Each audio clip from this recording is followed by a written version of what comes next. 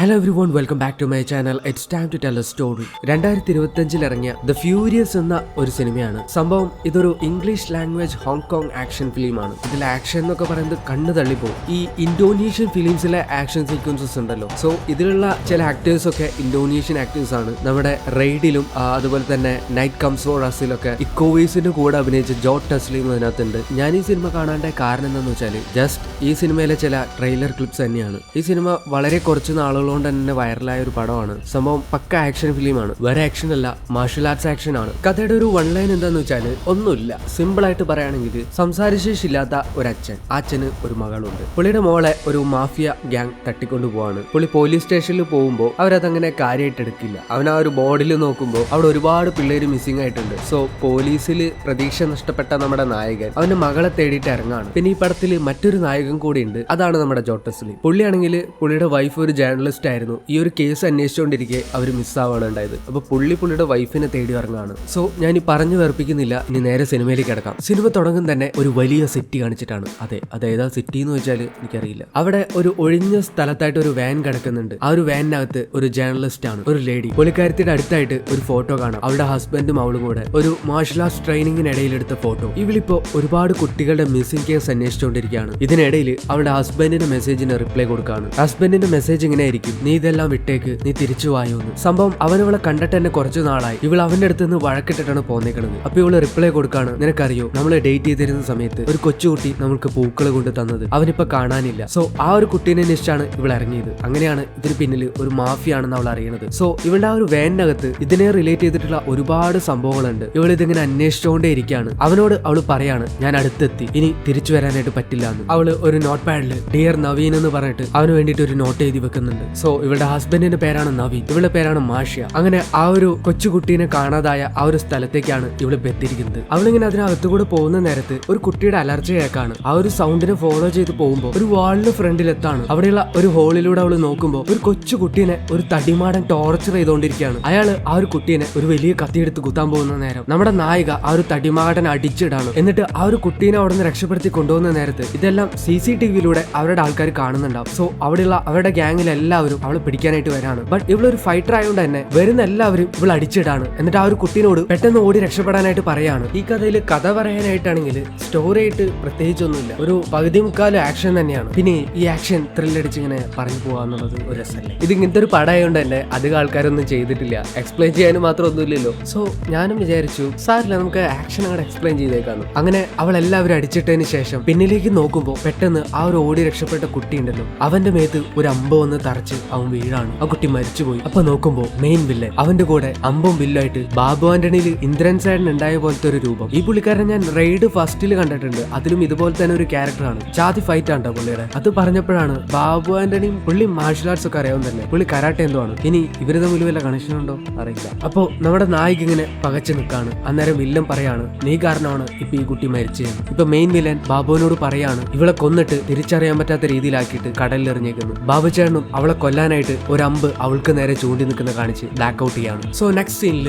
നമ്മുടെ നായകനെ കാണിക്കാണ് ഊമ്മച്ചേട്ടൻ. പുള്ളി മിണ്ടില്ല, പുള്ളിക്ക് സംസാരശേഷിയില്ല. പുള്ളി മറ്റേ കുൻഫു പ്രാക്ടീസ് ചെയ്യാൻ വേണ്ടിയിട്ട് ഒരു സംഭവം ഇങ്ങനെ ഉണ്ടാക്കിക്കൊണ്ടിരിക്കുകയാണ്. മറ്റേ ഇപ്മാനിലൊക്കെ കണ്ടിട്ടില്ലേ, ഇങ്ങനെ അടിച്ച് ഇങ്ങനെ കൈകൊണ്ട് പ്രാക്ടീസ് ചെയ്യുന്ന സംഭവം, അതമാരത്തെ ഒരു സാധനം. പുള്ളി ഒരു പ്ലംബർ ആണ്. അവൻ ആ ഒരു സംഭവം ഉണ്ടാക്കിയിട്ട് അത് ടെസ്റ്റ് ചെയ്ത് നോക്കിയിട്ട് പുള്ളിയുടെ മകളുടെ അടുത്ത് പറയാണ് അവന് വർക്ക് വന്നിട്ടുണ്ട്, അവൻ വർക്കിന് പോവാണെന്ന്. മകളും ഉറക്കത്തിൽ നിന്ന് ചാടി എഴുന്നേറ്റിട്ട് ഞാനും കൂടെ വരേണ്ടത് പറയാണ്. അവനും എന്നാ ശരി വായോ എന്ന് പറഞ്ഞിട്ട് അവര് ഒരു പ്രായമായ ഒരു വെല്ലുമിച്ചിയുടെ ഒരു റെസ്റ്റോറന്റ്, ഒരു ചെറിയ ഷോപ്പാണ്. അവിടെ കിച്ചണിൽ പോയിട്ട് പുള്ളി എന്തോ ലീക്കേജ് ശരിയാക്കാണ്. ഇന്നേരത്ത് ഈ കൊച്ചുകുട്ടിയാണെങ്കിൽ അവള് മൊബൈലിൽ ക്യാമറ ഓൺ ആക്കിയിട്ട് വ്ലോഗ് ഷൂട്ട് ചെയ്യാണ്. അവള് അച്ഛനെ കുറിച്ചൊക്കെ എന്തൊക്കെയോ പറയുന്നുണ്ട്. അവള് ഇന്ന് അച്ഛന്റെ കൂടെ പണിക്ക് വന്നേക്കാണെന്നെല്ലാം പറയാണ്. സോ ഇന്നേരം ഒരു സ്ക്രൂ ഡ്രൈവർ അവൾ എറിഞ്ഞിട്ട് കൊടുക്കുമ്പോൾ അവൻ അത് നോക്കാതെ തന്നെ പിടിക്കുന്നുണ്ട്. അവൻ അത്രയ്ക്ക് സ്കിൽഡാന്ന് കാണിക്കുന്നതാണ്. അങ്ങനെ പണിയൊക്കെ കഴിഞ്ഞ് എല്ലാം ശരിയാക്കിയിട്ട് കാശ് മാറ്റി നമ്മുടെ ആൾ ഇറങ്ങുന്ന സമയത്ത് അവിടേക്ക് കുറച്ച് ഗുണ്ടകൾ കയറി വരാണ്. ഇവന്മാര് ഗുണ്ടാപ്പിരിവ് അടുത്താണ് ആ ഒരു പാവത്തിന്റെ.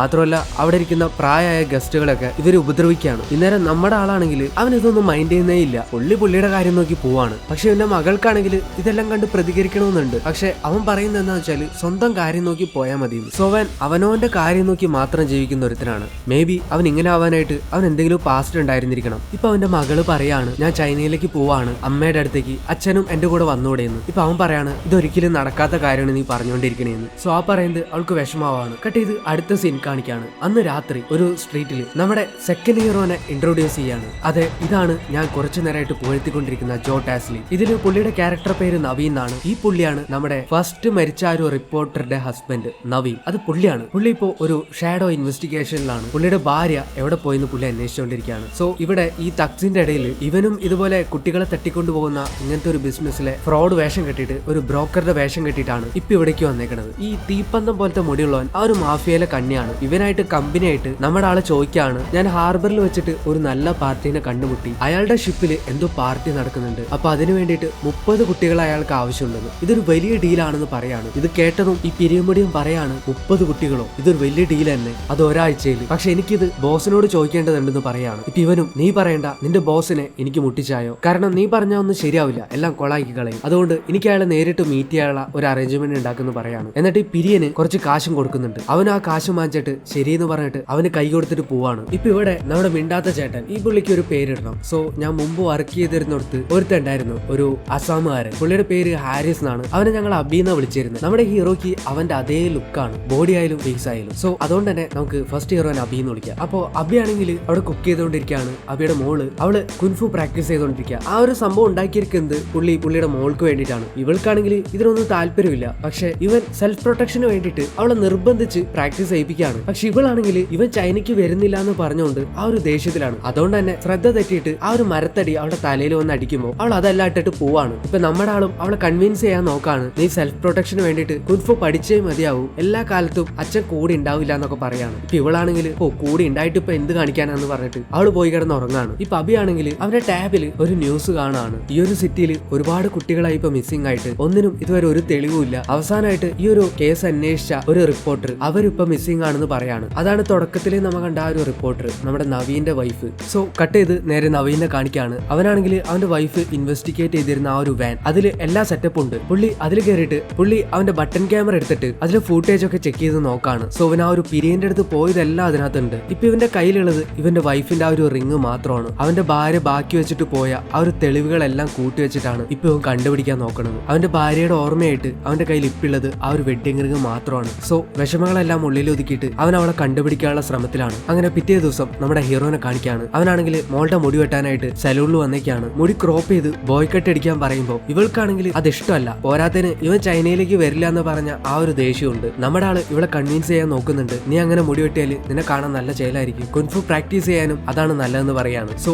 ഇവളിത് കേൾക്കുമ്പോ തന്നെ അവിടുന്ന് ചാടി എഴുന്നേറ്റ് ആ ഒരു ഷോപ്പിന് പുറത്തേക്ക് പോവാണ്. ഇവനും പിന്നാലെ പോവാൻ നോക്കുന്ന സമയത്ത് ആ ഒരു ഷോപ്പിലെ പെണ്ണ് ഇയാളെ പിടിച്ചിരുത്തിയിട്ട്, നിങ്ങൾ പോയാൽ ശരിയാവില്ല, പെൺകുട്ടികളൊക്കെ ഈ പ്രായത്തിൽ ഇങ്ങനെ തന്നെയാന്ന് പറഞ്ഞിട്ട് ഞാൻ പറഞ്ഞു മനസ്സിലാക്കി തിരിച്ചു കൊണ്ടുവരാന്ന് പറഞ്ഞിട്ട് ആ ഷോപ്പിലെ പെണ്ണ് അവളുടെ പിന്നാലെ പോവാണ്. ഇപ്പൊ കട്ട് ചെയ്ത് നേരെ അവളെ കാണിക്കാണ്. അവളാണെങ്കിൽ ഈ ഒരു ദേഷ്യത്തിൽ ഇങ്ങനെ പോയിക്കൊണ്ടിരിക്കുമ്പോൾ ഒരു കൊച്ചിറക്കം വന്നിട്ട് അവന്റെ സിസ്റ്ററിന് ആക്സിഡന്റ് ആയി, ഹോസ്പിറ്റലിൽ എത്തിക്കാനായിട്ട് ഒന്ന് സഹായിക്കാവോ എന്ന് പറഞ്ഞിട്ട് അവളെ വിളിച്ചോണ്ട് പോവാണ്. നേരെ അവളും എവിടെയാന്ന് പറഞ്ഞിട്ട് അവന്റെ പിന്നാലെ പോകുന്ന നേരം നേരത്തെ കണ്ട ആ ഒരു പിള്ളേർപ്പിടുത്തക്കാരൻ മാഫിയ ഉണ്ടല്ലോ, അതിൽ ആ ഒരു പിരിയും മുടിനും വേറൊരു തടിമാടനും കൂടെ അവിടെ വേസ്റ്റ് പറക്കിക്കൊണ്ടിരിക്കുന്നുണ്ടാവും. ഇവരിങ്ങനെ പോയിക്കൊണ്ടിരിക്കലേ പെട്ടെന്ന് വന്നിട്ട് ഒരു വേസ്റ്റ് കവർ അവളുടെ മേലെ കൂടിയിട്ട് അവളെടുത്ത് വലിച്ചെറിയാണ് ആ ഒരു വേസ്റ്റ് കവറൊപ്പം ആ ഒരു വണ്ടിക്ക്. ഈ ഒരു കുട്ടി ഇവരുടെ ആളാണ്. എന്തോ ആ ഒരു കൊച്ചിനെ ഭീഷണിപ്പെടുത്തിയിട്ടാണ് ഇതൊക്കെ ചെയ്യിക്കുന്നത്. അവന്റെ കാലെല്ലാം അവർ തല്ലി പിടിച്ചിട്ടുണ്ട്. അയാൾ അവന്റെ അടുത്ത് പറയുന്നുണ്ട്, നിനക്ക് ജസ്റ്റ് ഒരാളെ മാത്രമേ കിട്ടുള്ളൂ എന്ന്. എന്നിട്ട് അവൻ ഒരുപാട് അടിക്കുന്നുണ്ട്. ഇതേ സമയത്ത് നമ്മുടെ ആളെ കാണിക്കാണ്.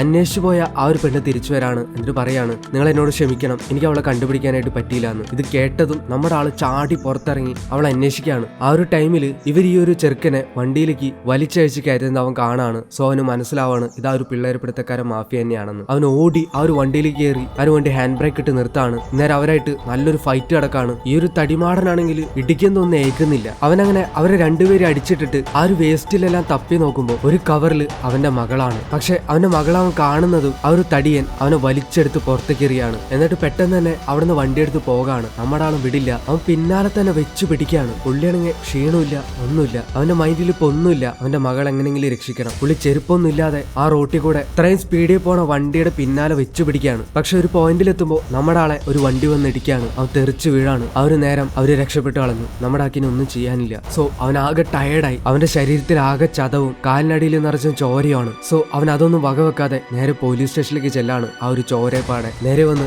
അവന് സംസാരിക്കാൻ അറിയില്ലല്ലോ. അവൻ എഴുതി കാണിക്കാണ്. അവന്റെ മകളെ തട്ടിക്കൊണ്ടുപോയി ഒരു തടിയനും ഒരു ചുരുളമുടിയനാണെന്നെല്ലാം കാണിക്കാണ്. പക്ഷെ പോലീസുകാര് ഇതൊന്നും വകവെക്കാതെ, നിങ്ങൾ അവിടെ വെയിറ്റ് ചെയ്യൂ, ഞങ്ങൾക്ക് എല്ലാത്തിനും ഓരോ പ്രൊസീജിയേഴ്സ് ഉണ്ടെന്ന് പറയാണ്. ഇവനും അതിന് സമയമില്ല എന്ന് പറഞ്ഞ് അവിടെ ആകെ പ്രശ്നം ഉണ്ടാക്കാണ്. അങ്ങനെ ഇവന് മനസ്സിലാവാണ് ഇവരെ കൊണ്ടൊന്നും കാര്യമില്ല, ഇവരൊന്നും ഒന്നും ചെയ്യാൻ പോണില്ല എന്ന്. അവൻ ഇറങ്ങാൻ നേരം ആ ഒരു ചുമരുമേ ഒരുപാട് കുട്ടികളുടെ മിസ്സിംഗ് ആണെന്ന് പറഞ്ഞിട്ടുള്ള ബോർഡ് കാണാണ്. സോ ഇപ്പൊ അബി എന്തോ മനസ്സിൽ തീരുമാനിച്ചിട്ടുണ്ട്. അവൻ അങ്ങനെ പാടെ വീട്ടിലേക്ക് പോവാണ്. വീട്ടിൽ ചെന്നിട്ട് അവനൊരു കുളിക്കുകയാണ്. അവന്റെ മുറിവേറ്റ ഭാഗത്തെല്ലാം ഐസ് വെച്ചിട്ട് പെയിൻ കില്ലറും വാരി വലിച്ചു കയറ്റി ഡ്രസ് എല്ലാം ചേഞ്ച് ചെയ്ത് അവന്റെ ആയുധം, പുള്ളിയുടെ മെയിൻ ആയുധം എന്ന് പറയുന്നത് ഒരു ചുറ്റികയാണ്, അതെടുത്ത് അവൻ ഇറങ്ങാണ്. നമ്മുടെ മാർക്കോലുണ്ട് ഇതുപോലെ തന്നെ ഒരു സീൻ ക്ലൈമാക്സിൽ. അവന്റെ ഓർമ്മയിലുള്ളത് ഒരു ഫൈറ്റ് ക്ലബിലെ ടിക്കറ്റ് ആണ്. അങ്ങനെ അവൻ ആ ഒരു സ്ഥലത്തേക്ക് പോവാണ്. ഈ ഒരു ടൈമിൽ നമ്മുടെ സെക്കൻഡ് ഹീറോ അവിടെ തന്നെ ഉണ്ടാവും. മറ്റേ ഒരു പിരിയമുടിയൻ അവന്റെ ബോസിനെ കാണിക്കാനായിട്ട് നമ്മുടെ നവീൻ അങ്ങോട്ടേക്ക് കൊണ്ടുവന്നേക്കാണ്. നവീനാണെങ്കിൽ അവന്റെ കഴുത്തിൽ തന്നെ ക്യാമറ ഉണ്ട്. പുള്ളിനെ ആ ഒരു തടിമാടൻ അവൻ ചെക്ക് ചെയ്യുന്നുണ്ട്. അങ്ങനെ അവരുടെ ബോസിന്റെ അടുത്തേക്ക് പോവാണ്. ബോസിന്റെ പേര് സോങ് എന്നാണ്. ഇയാളുടെ അടുത്ത് അങ്ങനെ ചോദിക്കാണ് 30 പെണ്ണുങ്ങൾ. പക്ഷെ ഇവനൊരു ഡിമാൻഡ് ഉണ്ടാവും, ഈ 30 പേരും ഇവൻ തന്നെ സെലക്ട് ചെയ്യുന്നു. സോ ഇത് കേൾക്കുമ്പോൾ ഇയാൾക്ക് ഡൗട്ട് അടിക്കാണ്. പോരാത്തിന് ഇവൻ ഇപ്പുള്ള മാർക്കറ്റ് റേറ്റിലും 3 ഇരട്ടി കൂടുതൽ തരാന്നൊക്കെ പറയുമ്പോൾ ഇയാൾക്ക് ഡൗട്ട് അടിക്കും. സെയിം ടൈമിൽ നമ്മുടെ അബി ഈ ഒരു റൂമിലേക്ക് കയറാനായിട്ട് നോക്കാണ്. ഇപ്പൊ സെക്യൂരിറ്റി അവനെ തടയുന്ന നേരം പുള്ളി ഒന്നും നോക്കൂല, രണ്ടുപേരും എടുത്തിട്ടിടിക്കാണ്. സോ ഇവൻ പുറത്ത് അടി ഉണ്ടാക്കിയോണ്ട് അകത്ത് വന്നിട്ട് ഒരാൾ പറയാണ് പുറത്ത് ഒരാൾ ഗണ്ണായിട്ട് വന്നിട്ടുണ്ട്, നമ്മുടെ ആൾക്കാരൊക്കെ തല്ലാണെന്ന്. സോ ഇയാള് അത് ഇവന്റെ ആളായിരിക്കും എന്ന് വിചാരിച്ചിട്ട് നവീനെ ഡൗട്ട് അടിക്കാണ്. സോ സോങ് പുറത്തേക്ക് പോകുന്നുണ്ട്. അതുപോലെ തന്നെ ആ ഒരു സോങ്ങിന്റെ ആൾക്കാർ നവീനെ വളഞ്ഞിട്ട് ഇടിക്കാനായിട്ട് നോക്കാണ്. സോ നമ്മുടെ ഒരു ഫൈറ്റർ ആയതുകൊണ്ട് തന്നെ അവനും ഇതൊന്നും വിഷയമല്ല. സോ ഇവിടെ അകത്ത് നമ്മുടെ നവീന്റെ ഫൈറ്റ് നടക്കുമ്പോൾ പുറത്ത് നമ്മുടെ അബിയുടെ ഫൈറ്റ് നടക്കാണ്, അടിയോടടി. അങ്ങനെ ആ ഒരു ഫൈറ്റ് എല്ലാം കഴിയുമ്പോൾ നമ്മുടെ നവീനും അബിയും കണ്ടുമുട്ടാണ്. ഇപ്പൊ ഇവര് രണ്ടുപേരും എതിരാളികളാണെന്ന് വിചാരിച്ചിട്ട് ഇവര് രണ്ടുപേരും ഫൈറ്റ് തുടങ്ങാണ്. ആ ഒരു ഫൈറ്റിനിടയിൽ നമ്മുടെ അബിയുടെ കയ്യിൽ നിന്ന് മോളുടെ ഫോട്ടോ തെറിച്ചു പോകുമ്പോൾ നവീൻ അത് കാണാണ്. അപ്പൊ അവന് മനസ്സിലാവാണ് സോ ഇവൻ ഇവരുടെ ആൾക്കാരല്ലാന്ന്. നവീനും നീ ഫൈറ്റ് നിർത്ത്, ഞാനും ഒരാൾ അന്വേഷിച്ചാണ് വന്നേക്കണത്, നീയും ഒരാൾ അന്വേഷിച്ച് തന്നെയാണ് വന്നേക്കുന്നത്, സോ ഞാൻ ഇവരുടെ ആളല്ല എന്ന് പറയാണ്. അങ്ങനെ നമ്മുടെ ഫസ്റ്റ് ഇയറും സെക്കൻഡ് ഇയറും ടീം അപ്പ് ആവാണ്. അങ്ങനെ നമ്മുടെ നവീന്റെ വാനിലേക്ക് അബിനെ കൂട്ടിക്കൊണ്ടുപോവാണ്. ഇവര് രണ്ടുപേരും ഒരുമിച്ചാണ് ഇനി ഇത് അന്വേഷിക്കുന്നത്. അങ്ങനെ ആ ഒരു വാനിലെ ഡീറ്റെയിൽസ് എല്ലാം വെച്ച് നോക്കുമ്പോൾ അവൻ കളക്ട് ചെയ്ത ആ ഒരു ഫോട്ടോസ് എല്ലാം വെച്ച് നോക്കുമ്പോൾ ഒരു ഐസ് ഫാക്ടറിയിലെ ട്രക്ക് പല സ്ഥലങ്ങളിലായിട്ട് ഇവര് നോട്ടീസ് ചെയ്യാണ്. സോ പിള്ളേരെ കൊണ്ടുവരിക്കുന്നത് ആ ഒരു വണ്ടിയിൽ തന്നെ ആയിരിക്കും എന്ന് വിചാരിച്ചിട്ട് ആ ഒരു ട്രക്ക് അതൊരു ഐസ് ഫാക്ടറിയുടെയാണ്. ആ ഒരു ഐസ് ഫാക്ടറിയിൽ പിള്ളേരുണ്ടാവും എന്ന് പറഞ്ഞിട്ട് ഇവർ അവിടേക്ക് പോവാണ്. ഇവര് ഗസ് ചെയ്ത പോലെ തന്നെ അവിടെ തന്നെയാണ് സ്ഥലം. പക്ഷെ അവിടെ ഈ ഒരു വില്ലന്മാര് ആ ഒരു മൊട്ടത്തടിയനും ആ ഒരു പിരിയമുടിയനും. പക്ഷെ ആ ഒരു പിരിയമുടിയനാണെങ്കിൽ നവീനെ ഇവൻ കൂട്ടിക്കൊണ്ടുവന്നുകൊണ്ട് അവൻ ഇവര് കൊല്ലാണ്. ഈ പിരിയമുടിയൻ എന്ന് പറയുന്നത് ആ ഒരു കുട്ടി ഉണ്ടല്ലോ, ഈ ഞൊണ്ടി നടക്കുന്ന പയ്യൻ, ഇത് ഇവന്റെ മകനാണ്. സോ ഈ പിരിയമുടിയനെ അവന്റെ മുമ്പിലിട്ട് തന്നെ കൊല്ലാണ്. എന്നിട്ട് ഇവനെ ആ പിള്ളേരുടെ കൂട്ടത്തിൽ കൊണ്ടിടാണ്. അങ്ങനെ നമ്മുടെ ആൾക്കാർ ഫാക്ടറിയിൽ എത്താണ്. ഇപ്പോ ഈ മൊട്ടയായിട്ട് ഭയങ്കരമായിട്ടുള്ള ഒരു ഫൈറ്റ് നടക്കാണ്. മൊട്ടയ്ക്കാണെങ്കിൽ തല്ലൊന്നും ഏക്കുന്നില്ല. അപ്പോ ഈ ഒരു സോങ്ങിന്റെ മകനാണ് ഈ ഒരു മൊട്ട എന്നാണ് പറയണത്. കാരണം ഈ ഒരു മൊട്ട അവനെ ഫാദർ എന്നാണ് വിളിക്കുന്നത്. അങ്ങനെ മൊട്ടയ്ക്ക് എന്തൊക്കെ അടി കൊടുത്തിട്ട് ഏക്കുന്നില്ല. അങ്ങനെ മൊട്ട നമ്മുടെ അബീനെടുത്ത് നിലത്തേക്ക് വലിച്ചെറിയുന്ന സമയത്ത് അവനാണെങ്കിൽ തട്ടൊക്കെ പൊളിച്ച് ഒരു അണ്ടർഗ്രൗണ്ടിലേക്ക് പോവാണ്. സോ അവിടെയായിരുന്നു പിള്ളേരിട്ടിരുന്നത്. പക്ഷെ ഇവര് അവിടെ നിന്നും ഇവരെ മാറ്റി. നമ്മുടെ അബിക്ക് അവളുടെ ഒരു ഷർട്ട് കിട്ടാണ്. സംഭവം എന്ന് വെച്ചാൽ ഇവള് രക്ഷപ്പെടാൻ നോക്കിയ സമയത്ത് അവളെ ഇവർ ഉപദ്രവിച്ചിരുന്നു. സോ അവളുടെ ചോര പുരണ്ട ആ ഒരു ഷർട്ട് അവിടെ കിടക്കുന്ന കണ്ടിട്ട് അബി വിചാരിക്കാണ് അവന്റെ മകൾ മരിച്ചു എന്ന്. പിന്നെ വീണ്ടും അവനൊരു റിട്ടേൺ ഒരു വരവാണ്. മൊട്ടേനെ അച്ചാലും പുച്ചാലും തല്ലി ഒരു വലിയ ചുറ്റിക്കെടുത്ത് അവനെ തലടിച്ച് പൊളിക്കുകയാണ്. അവന്റെ കാര്യം അവിടെ തീർന്നു. എന്നിട്ട് സോങ്ങിനെ പിടിച്ചിട്ട് ഇവര് ഷോക്ക് അടിപ്പിക്കുകയാണ്, ടോർച്ചർ ചെയ്യാണ്. പക്ഷെ അവൻ എന്ത് ചെയ്തിട്ട് പറയില്ല. ഇന്നേരം ഇതിനിടയിൽ സോങ് നവീനോട് നീ റിപ്പോർട്ടർ ആണോ, ഇതിക്ക് മുമ്പ് ഒരു റിപ്പോർട്ടർ വന്നിരുന്നു, ഒരു ലേഡി, പക്ഷെ അവൾക്ക് എന്താ ഉണ്ടായെന്ന് നിനക്ക് അറിയുമെന്ന് ചോദിക്കുമ്പോൾ അവന് മനസ്സിലാവാണ് അത് അവന്റെ വൈഫായിരുന്നു.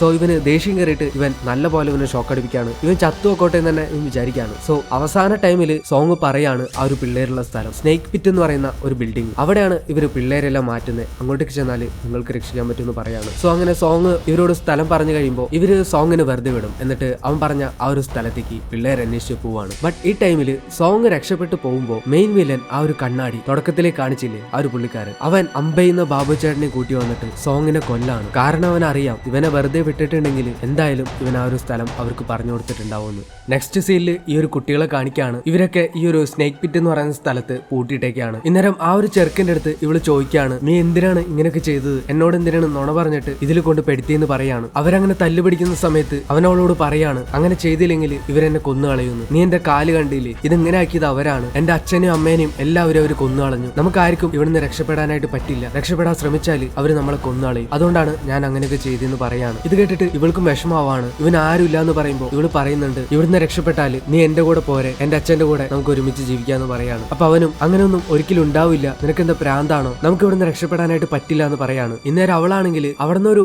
ഇരുമ്പിന്റെ തകിടെടുത്തിട്ട് ആ ഒരു മുറിയിലെ ജനാലക്കമ്പി കട്ട് ചെയ്യാനായിട്ട് നോക്കാണ്. പക്ഷെ ഇന്നേരത്ത് അവരുടെ ഒരാള് ആ റൂമിലേക്ക് വരുമ്പോ ഇവളിങ്ങനെ മേളിൽ കയറി നിൽക്കുന്ന കാണാണ്. അയാളും ഇവളെ പിടിക്കാനായിട്ട് വരാണ്. അന്നേരം ഇവള് അവളുടെ കയ്യിലുള്ള ആ ഒരു ഇരുമ്പിന്റെ തകിട് വെച്ചിട്ട് അയാളുടെ കഴുത്തിലും നെഞ്ചത്തും എല്ലാം കീറി മുറിക്കാണ്. എന്നിട്ട് അവിടെയുള്ള കുട്ടികളുടെ എല്ലാം രക്ഷപ്പെടാനായിട്ട് പറഞ്ഞിട്ട് അവിടുന്ന് ഓടി രക്ഷപ്പെടാണ്. പക്ഷെ ഇവരിങ്ങനെ രക്ഷപ്പെടാൻ ശ്രമിക്കുന്നതെല്ലാം അവർ ക്യാമറയിലൂടെ കാണുന്നുണ്ട്. സോ ഇവരെ പിടിക്കാനായിട്ട് അവിടെയുള്ള എല്ലാവരും വരാണ്. നമ്മുടെ അബിയുടെ മോളാണെങ്കിൽ കരാട്ടെ കൊണ്ട് തന്നെ കുറെയൊക്കെ പിടിച്ചിരിക്കുന്നുണ്ട്. പക്ഷെ ഇവൾ ഓടി ഓടി ഒരു സ്ഥലത്തെത്തുമ്പോൾ അവിടുന്ന് പിന്നെ അങ്ങോട്ടേക്ക് വഴിയില്ല. സോ അവൾ അവിടെ നിന്നിട്ട് അവരോട് ഫൈറ്റ് ചെയ്യാനായിട്ട് നോക്കുന്ന നേരത്ത് അവരാണെങ്കിൽ ഇവളെ ചവിട്ടി താഴെയാണ്. ഇവളും മൂക്കിന്ന് ചോരയെല്ലാം തുടച്ച് വീണ്ടും എഴുന്നേറ്റ് നിൽക്കുന്ന നേരത്ത് പിന്നിൽ നിൽക്കുന്ന ഒരു ഗുണ്ടയുടെ തല പിടിച്ച് ചുമരുമ ചേർക്കാണ് ഒരാള്. ആരാണെന്ന് നോക്കുമ്പോ അതെ, അത് നമ്മുടെ ചെറുക്കന്മാർ തന്നെയാണ്. ഓ, ഇതൊരു ഗംഭീര സീൻ തന്നെയായിരുന്നു. എന്റെ കയ്യിൽ നിന്നൊക്കെ രോമം എഴുന്നേറ്റുന്ന സീനാണ്. ഒരു ഒറ്റ സെക്കൻഡോട് എല്ലാത്തിനും അവർ അടിച്ച് താഴെയാണ്. ഓരോ ഇട്ടിക്ക് ഓരോന്നിനും ബോധം പോകുന്നുണ്ട്. അങ്ങനെ അച്ഛനും മകളും കണ്ടുമുട്ടാണ്. അവർ തമ്മിൽ കെട്ടിപ്പിടിക്കാണ്. മകളെ കണ്ട ഉടനെ തന്നെ അബി പറയാണ്, വാ നമുക്ക് ഇവിടുന്ന് പോവാന്ന്. പക്ഷെ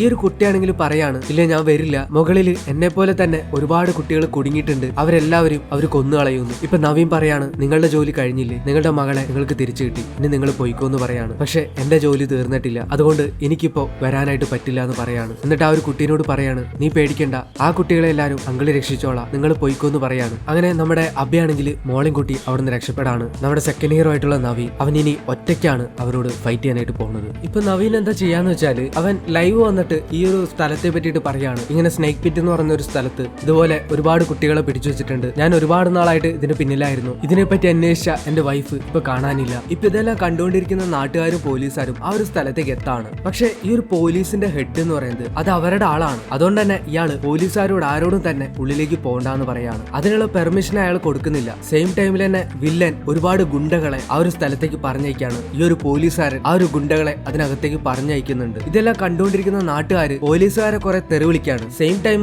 നമ്മുടെ അഭിമോളും അവിടെ ഇരിക്കുന്ന ഒരു ബൈക്ക് എടുത്ത് രക്ഷപ്പെടാൻ നോക്കുന്ന നേരത്ത് ഇത്രയും ഗുണ്ടകൾ അകത്തേക്ക് കയറി പോണത് അവർ കാണാണ്. സോ നമ്മുടെ നവീന് ഇവരെല്ലാവരും ഒറ്റയ്ക്ക് മാനേജ് ചെയ്യാൻ പറ്റില്ല എന്ന് മനസ്സിലാക്കിയ നമ്മുടെ അഭിയാണെങ്കിൽ ആ ബൈക്ക് എടുത്ത് അതിനകത്തേക്ക് പോവാണ്. ഇന്നേരം നവീനാണെങ്കിൽ ആ പിള്ളേരെല്ലാം രക്ഷിച്ച് അവിടുന്ന് പോകുന്ന നേരം ഈ ഗുണ്ടകൾ വരും. അവൻ ഓടി പെട്ടെന്ന് തന്നെ ഒരു റൂമിൽ കയറി കഥ കടക്കാണ്. ഈ ടൈമിൽ പുറത്ത് നമ്മുടെ അഭിമോളും അവരെ ആ ഒരു ബൈക്കിൽ വന്നിട്ട് എല്ലാവരും ഇടിച്ചിടേണ്. അവന്റെ മോളാണെങ്കിൽ കയ്യിലുള്ള ചുറ്റേക്ക് എല്ലാവരും അടിക്കുന്നുണ്ട്. സെയിം ടൈമിൽ തന്നെ നമ്മുടെ നവീനും പുറത്തേക്ക് വന്ന് ഫൈറ്റോട് ഫൈറ്റ്. ഈ ടൈം അബിയുടെ മോളാണെങ്കിൽ ആ പിള്ളേരെല്ലാം കൂട്ടി മുകളിലേക്ക് രക്ഷപ്പെട്ട് പോവാണ്. എന്നിട്ട് അവിടെ കണ്ട കുറെ തുണിയെല്ലാം വലിച്ചു പറക്കിയെടുത്ത് അതെല്ലാം കൂട്ടിക്കെട്ടി താഴേക്ക് ഓരോരുത്തരായിട്ട് ഇറങ്ങാനായിട്ട് തീരുമാനിക്കുകയാണ്. നമ്മുടെ ആ ഒരു കാലിന് വയ്യാത്ത പയ്യനാണെങ്കിൽ ഈ തുണി വലിച്ചു പിടിക്കുമ്പോൾ ഓരോരുത്തരായിട്ട് ഇറങ്ങുന്നുണ്ട്. ഈ പിള്ളേര് ഇങ്ങനെ ഇറങ്ങാൻ നോക്കുന്നതെല്ലാം അവിടെയുള്ള ആൾക്കാർ കാണാണ്. എന്നിട്ട് പോലീസുകാരോട് പറയാണ്, നിങ്ങൾക്ക് നാണാവില്ലേ, നിങ്ങൾക്ക് പറ്റില്ലെങ്കിൽ മാറി നിൽക്ക്, ഞങ്ങൾ പോയി രക്ഷിക്കാന്നല്ല. അവര് കൊച്ചു കുട്ടികളാണ്, അവര് രക്ഷിക്കുന്നു പറയാണ്. പക്ഷെ ഈ ഒരു ക്യാപ്റ്റൻ സമ്മതിക്കുന്നില്ല. ബാക്കിയുള്ള പോലീസുകാർക്കെല്ലാം പോണമെന്നുണ്ട്. പക്ഷെ ഇയാളെ സമ്മതിക്കാത്തോണ്ട് മാത്രമാണ് അവസാനം ഈ ഒരു ലേഡി ഓഫീസർ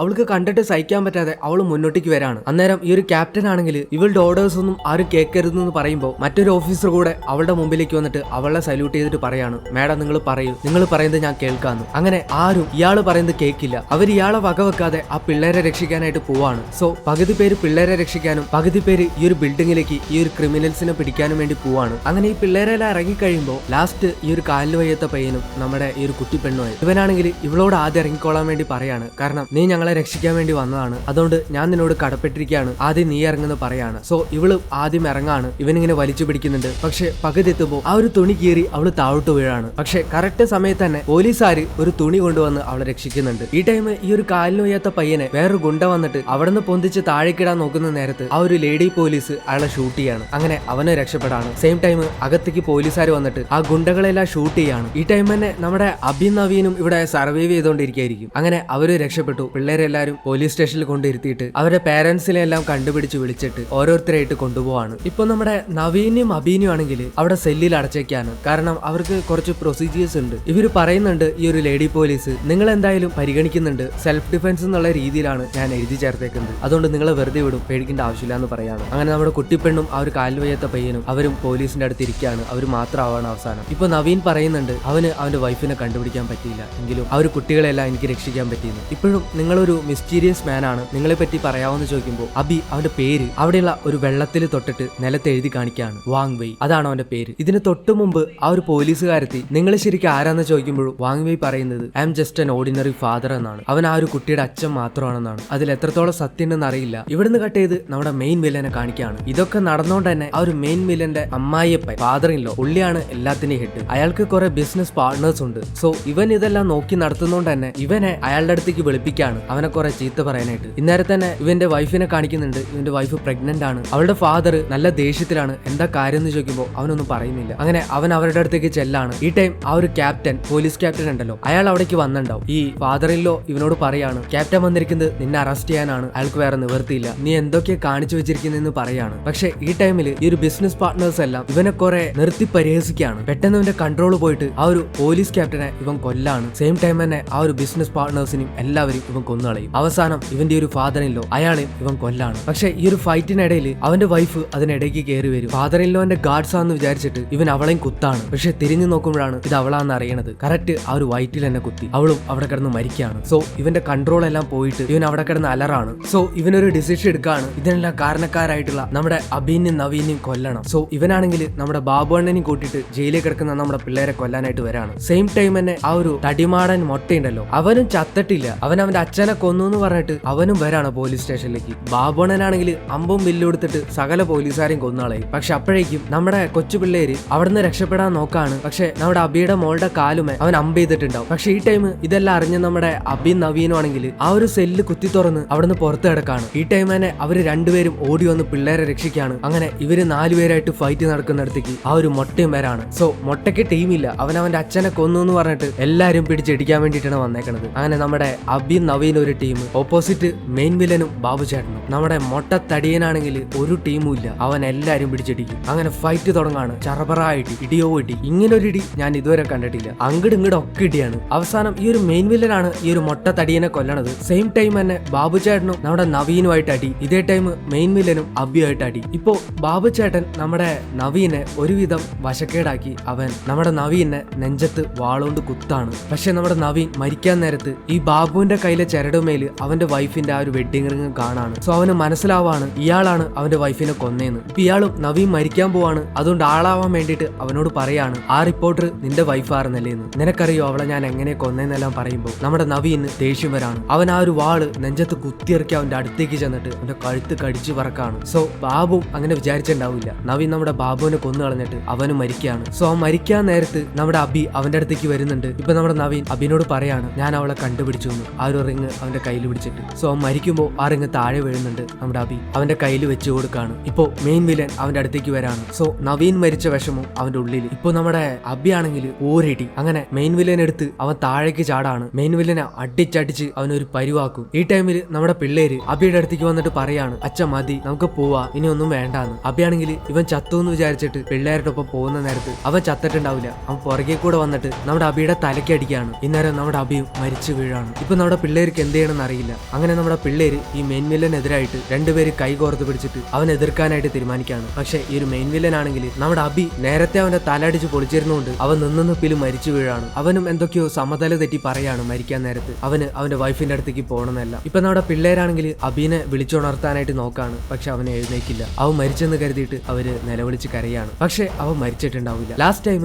അവരെല്ലാരും കൂടെ നവീന്റെ ചിതാഭസ്മം കടലിൽ പറത്താൻ വേണ്ടിയിട്ട് അവര് പോവാണ്. അങ്ങനെ ആ ഒരു ചടങ്ങെല്ലാം കഴിയുമ്പോൾ നമ്മുടെ ആ ഒരു ലേഡി പോലീസിനെ കാണിക്കാണ്. അവരും മരിച്ചിട്ടില്ല, അവര് മാത്രമാണ് അന്ന് രക്ഷപ്പെട്ടത്. സോ ഇപ്പോ അവന്റെ മകള് ഇനിയെങ്കിലും അച്ഛന്റെ കഥ എന്താന്ന് പറയുമ്പോൾ അവനും അവന്റെ ബാക്ക് സ്റ്റോറി പറയുന്നിടത്ത് ഈ സിനിമ അവസാനിക്കുകയാണ്. നല്ലൊരു പടമായിരുന്നു. മെയിൻ ആയിട്ട് ആക്ഷൻ ആണ് സിനിമയിലുള്ളത്. കഥയൊക്കെ പല പടത്തിലും നമ്മൾ കണ്ടതായിരിക്കാം. പക്ഷെ തീർച്ചയായിട്ടും ആക്ഷൻ കാണാൻ വേണ്ടിയിട്ട് നീ ഈ പടം കാണണമെന്ന് ഞാൻ പറയാം. ഒരു പടത്തിലും കാണാത്ത ഒരു ആക്ഷനാണ്. സോ എല്ലാവർക്കും ഈ ഒരു സിനിമ ഇഷ്ടപ്പെട്ടു എന്ന് വിചാരിക്കുകയാണ്. എന്റെ എക്സ്പ്ലനേഷൻ നിങ്ങൾക്ക് ഇഷ്ടപ്പെട്ടു എന്ന് വിചാരിക്കുകയാണ്. സോ അങ്ങനെയാണെങ്കിൽ ഈ വീഡിയോ ഒന്ന് ലൈക്ക് ചെയ്യുക, പറ്റുകയാണെങ്കിൽ ഒന്ന് സബ്സ്ക്രൈബ് ചെയ്യുക. പിന്നെ നിങ്ങളുടെ ഫ്രണ്ട്സ് ഒക്കെ ഉണ്ടെങ്കിൽ അയച്ചു കൊടുക്കുക. കഴിഞ്ഞ വീഡിയോയിൽ ഞാൻ വളരെ ഡിസപ്പോയിന്റഡ് ആണ്. കാരണം ഞാൻ വളരെ കഷ്ടപ്പെട്ടിട്ടാണ് വീഡിയോ ഉണ്ടാക്കിയത്. ബട്ട് അതിന് 6 വ്യൂ ആണ് എനിക്ക് കുറേ നാളായിട്ട് കിട്ടിയത്. അതിൽ 5 വ്യൂ ഞാൻ തന്നെ റിപ്പീറ്റേഷൻ കണ്ടതാണ്. ഓക്കെ, അപ്പോൾ അടുത്ത വീഡിയോ ആയിട്ട് ഞാൻ വരുന്നതായിരിക്കും. അന്നാര സുമാനാര.